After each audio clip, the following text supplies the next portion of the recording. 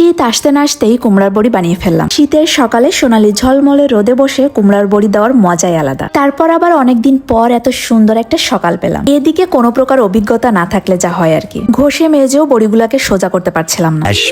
Hello everyone, আসসালামু আলাইকুম। কি অবস্থা সবার, কেমন আছেন? আমি তো বেশ ভালো, কারণ অনেকদিন পর আজ আমি নিজের হাতে কুমড়ার বড়ি দিব। তো চলুন কুমড়া বড়ি দেওয়ার প্রসেসিংটা শুরু করা যাক। বিকালের দিকে এই ডাউলগুলো ভিজিয়ে দেওয়া হয়েছিল যেন এটা ম্যাশ করতে একটু সুবিধা হয়। আর এদিকে দেখেন খালাদের ছাদে কতগুলো কুমড়া ধরে আছে। এই সবগুলো কুমড়া দিয়ে খালা আস্তে আস্তে বড়ি বানিয়ে ফেলবে। তো এখানে একটা কুমড়া কুড়ানি দিয়ে ভালোভাবে কুড়ে নিয়েছি, আর ডাউলগুলো হামানে দিয়ে একটু থেতো করে পাটায় বেটে ভালোভাবে ম্যাশ করে নিয়েছি। এখন তো অনেক আধুনিক সিস্টেম চলে এসেছে, আর আগের মতো মানুষজন এত কষ্ট কেউ করতেও চায় না। এইখানে যেহেতু অল্প পরিমাণে ডাউল ছিল, এই জন্য আমরা মেশিনে না দিয়ে পাটাতেই বেটে নিয়েছি। এগুলো সবই আমরা আগের দিন সন্ধ্যাতেই কমপ্লিট করে রেখেছিলাম। আর এইটা হচ্ছে পরের দিন সকালের ফুটেজ। আমার তো সকাল সকাল ঘুমিয়ে ভাঙতে চায় না, অনেক ডাকাডাকি করার পর ফাইনালি চোখ মুছতে মুছতে ছাদে চলে আসলাম। এসে দেখি ভাবি এখনো বড়ি দেওয়া শুরু করিনি, কুমড়া আর ডাউল একসাথে ভালোভাবে মিশিয়ে নিচ্ছে। তো এই সুযোগে আমি হাত মুখ ধুয়ে ফ্রেশ হয়ে এসে বড়ি দেওয়া এই বাঁশের চাটইতে সরিষার তেল মাখিয়ে দিচ্ছিলাম, যেন বড়িগুলো শুকানোর পর ইজিলি উঠে আসে। এদিকে মামুন ভাইয়ের ছাদে